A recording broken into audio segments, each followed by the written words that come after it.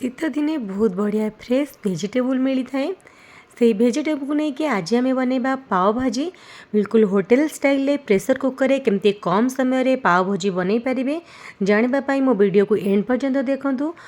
पाव भाजी बनवाई कौन सब वेजिटेबल आ सामग्री दरकार चलतु देखने। वेजिटेबल मुझे बीन्स गाजर आलू ग्रीन मटर कोबी कोबी रे पोको थाए मो गरम पानी हल्दी पकई कोबी को फुटेकी नहीं रखीदे। कैप्सिकम टमाटर पियाज धनिया पत्र सबू चॉप करके नहीं।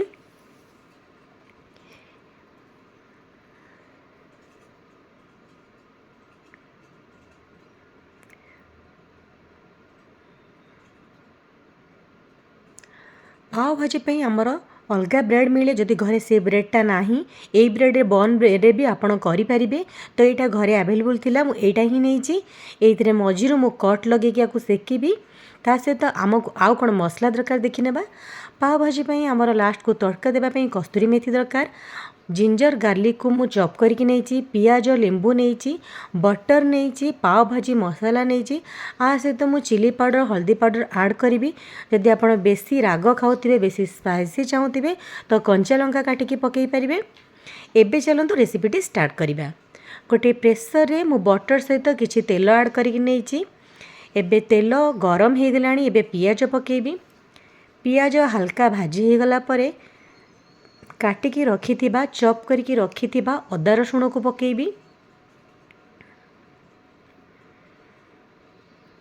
अदा रसुण को पकेकी मुझे हल्का भाजी नेबी। हल्का भाजी हो गला एबे मु वेजिटेबल पकेबी। सब वेजिटेबल पकई देछि वेजिटेबल को पकेकी 1 ରୁ 2 मिनट एपट सेपट करके भाजी नेबी। भाजिला परे सेथिरे चिली पाउडर हल्दी पाउडर लूण पकेबी।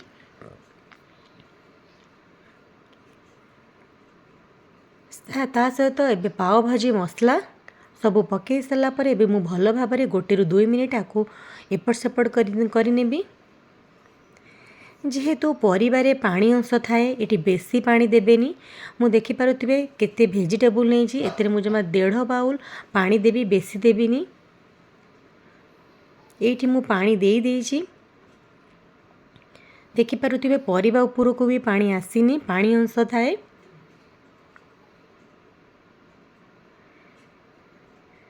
एबे आको मु कभर करके मीडियम फ्लेम रे 3टा सीटी दे देबी।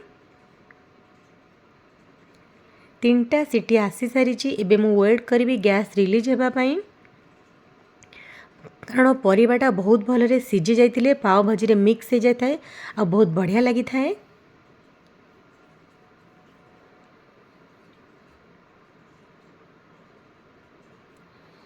ये गैस रिलीज हो जाए आ बहुत गुड़े बढ़िया बास्ना आसूची। एबे मु मेस करी नेबी। ये देखिपे भल भाव में मेस करी नहीं। एबे आम ए गोटे तड़का देबा डायरेक्ट भी तड़का देके आप करें। फास्ट तड़का पैन में मु बटर नहीं बटर गरम हो गला एबे कस्तूरी मेथी चिली पाउडर पकईदेवी। एबे तड़का दे धनिया पत्र दे गोलई नेबी। आपण चाहिए यही टाइम रे टिके लेंबू चिपुड़ी पारिबे बा परे एटा देई पारिबे।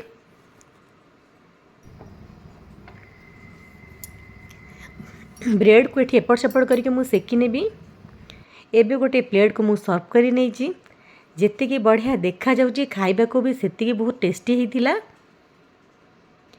ए ब्रेड जदि आज रेसिपी आपण मानको भल लगे मो वीडियो को लाइक शेयर सब्सक्राइब